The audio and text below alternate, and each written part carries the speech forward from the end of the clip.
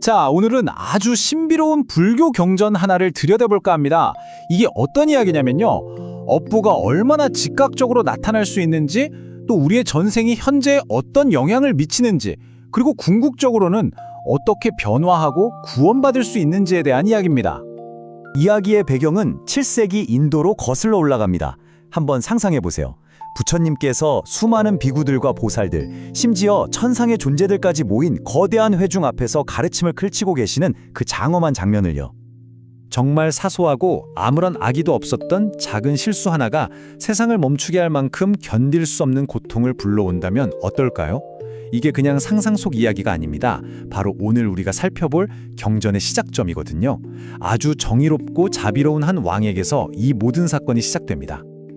자, 그럼 본격적으로 이야기 속으로 들어가 보죠. 모든 사건의 중심에는 범수왕이라는 아주 올바른 통치를 했던 왕이 있습니다. 그런데 이 왕이 내린 한 결정이 모든 것의 시작이었죠. 이 업보의 사슬이 정말 흥미로운데요. 보세요. 왕이 사찰에 방문하기로 해요. 그래서 젊은 승려가 환영 화환을 준비해야 하는데 아무리 찾아도 없는 거예요. 다급해진 승려는 불상 머리에 있던 아름다운 화환을 가져다 왕에게 바칩니다. 그리고 왕이 그 화환을 받는 순간 바로 그 즉시 머리가 깨질 듯한 끔찍한 두통이 시작됩니다. 정말 놀랍지 않나요? 원인과 결과가 이렇게 즉각적으로, 직접적으로 나타난다는 점이 이 이야기의 핵심입니다. 온갖 방법을 써봐도 왕의 두통은 낫질 않았어요. 결국 왕은 부처님을 찾아가게 됩니다. 그런데 부처님께서는 단순히 치료법을 알려주시는 게 아니었어요. 이 고통의 진짜 원인은 지금 이 생이 아니라 아주 먼 과거, 바로 전생에 있다고 밝히십니다.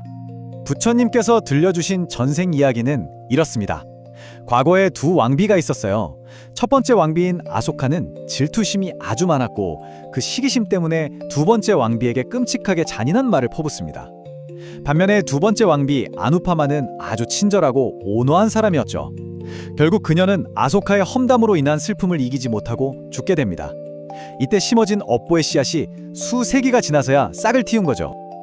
자, 그럼 그 질투 많던 아소카 왕비는 어떻게 됐을까요?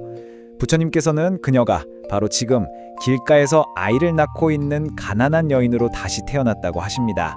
질투라는 악업이 가난과 극심한 고통이라는 과보로 이어진 걸 정말 명확하게 보여주는 대목이죠. 반대로 그 자비로웠던 아누파마 왕비는요, 놀랍게도 바로 왕의 누이인 수바드라로 다시 태어났다고 합니다.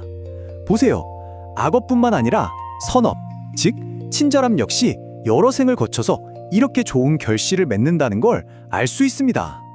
자, 이 전생 이야기는 여기서 끝나지 않고 아주 중요한 질문으로 이어집니다. 바로 불교에서 가장 신성시하는 세 가지 보물, 즉 불보, 법보, 승보에 속한 물건을 함부로 사용하면 어떻게 되는가 하는 문제죠. 이에 대한 부처님의 대답은 정말 엄중한 경고 그 자체였습니다. 부처님께서는 그 대가가 바로 아비지옥, 즉 무간지옥에 떨어지는 것이라고 말씀하십니다.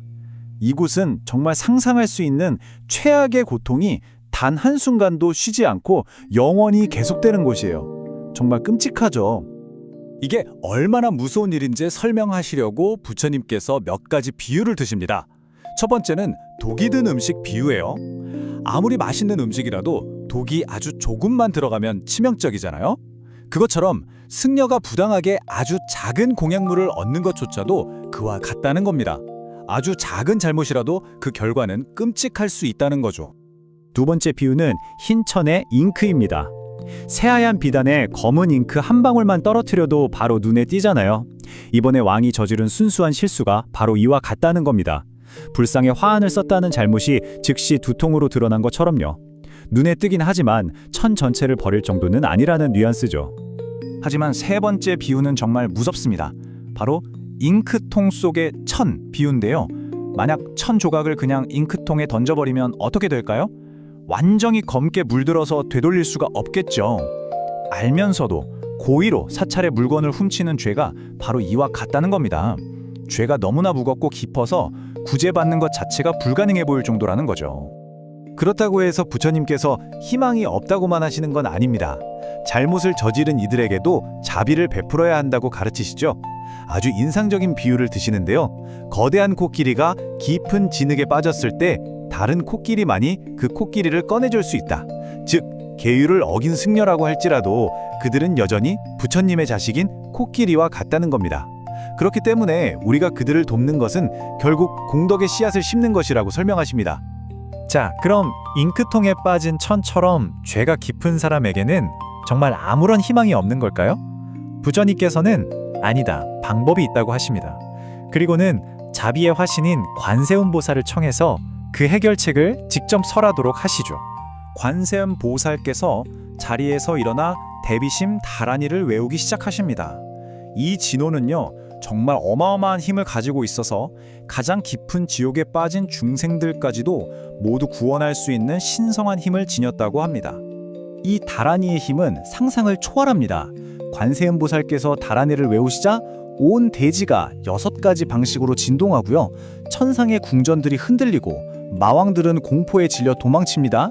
지옥에서는 고통받던 중생들을 묶고 있던 쇠사슬이 저절로 녹아내리고 그들은 천상에 다시 태어나게 되죠. 말 그대로 온 우주가 반응하는 겁니다. 그럼 우리 같은 평범한 사람들은 이 엄청난 힘을 어떻게 활용할 수 있을까요? 관세음보살께서는 아주 구체적인 방법을 알려주십니다. 바로 만다라 의식인데요. 순수한 천에 신성한 만다라를 그리고 매일 연꽃을 공양하고 특정 날짜에 성대한 공양을 올린 뒤에 이 연꽃 진억을 무려 10만 번이나 외우는 겁니다. 이렇게 하면 모대 업보를 깨끗하게 정화할 수 있다고 하죠. 자, 부처님과 관세음보살의 이 가르침은 그 자리에 있던 사람들에게 즉각적이고 정말 기적과 같은 효과를 가져옵니다. 단지 고통받던 왕에게만 해당되는 이야기가 아니었어요. 수십만 명의 다른 사람들에게도 놀라운 변화가 일어납니다. 여기서 정말 놀라운 장면이 펼쳐지는데요. 왕의 누이 기억하시죠? 전생에 자비로웠던 아누파마 왕비였던 수바드라가 궁녀들에게 이 다란이를 가르칩니다. 그러자 무려 50만 명이나 되는 여인들이 그 자리에서 여성의 몸을 벗어나게 됩니다. 당시에는 여성의 몸으로 태어나는 것이 사회적 제약 등으로 인해 일종의 업보로 여겨졌는데 그 고통의 사슬을 끊게 된 거죠. 경전에서는 이 장면을 아주 생생하게 묘사합니다. 그들이 다 함께 다란이를 외우자 각 여인들을 황금빛이 감쌌다고 해요. 그러더니 그들의 몸이 아른거리며 변하기 시작하더니 순식간에 모두 남자의 몸으로 변했다는 겁니다. 그들의 얼굴에는 처음에는 충격이, 그 다음에는 기쁨이, 그리고 마지막에는 깊은 감사가 어렸다고 합니다. 진실한 수행이 얼마나 기적적인 변화를 가져올 수 있는지를 보여주는 대목이죠. 자, 그럼 이 경전이 우리에게 주는 핵심 메시지는 무엇일까요? 한번 정리해 보겠습니다. 첫째, 화환 이야기처럼 업보는 즉각적이고 정확하게 나타날 수 있다는 것. 둘째, 두 왕비의 이야기처럼 질투와 같은 감정의 독은 여러 생에 걸쳐 영향을 미친다는 것. 셋째, 잉크통 비유처럼 신성한 재물을 잘못 사용하면 그 결과가 아주 끔찍하다는 것. 하지만 넷째, 코끼리 비유처럼 불완전한 존재에게도 자비는 베풀어져야 한다는 것. 그리고 마지막으로 다란이의 힘처럼 진실한 수행은 모든 업보를 정화하고 기적적인 변화까지 이끌어낼 수 있다는 겁니다. 정말 심오한 가르침들이 하나의 이야기 속에 잘 녹아있죠? 경전은 부처님의 마지막 말씀으로 끝이 맺습니다. 이것은 두 번째로 법의 바퀴를 굴리는 것이다 라고 선언하시죠. 이 가르침이 단순한 이야기가 아니라 모든 존재를 구원하기 위한 거대한 사건임을 의미하는 겁니다. 자, 여기서 우리는 이런 질문을 던져볼 수 있겠네요. 과연 소리가, 이 진원의 소리가 현실 그 자체를 바꿀 수 있는 힘을 가진다는 것, 이건 대체 우리에게 어떤 의미일까요?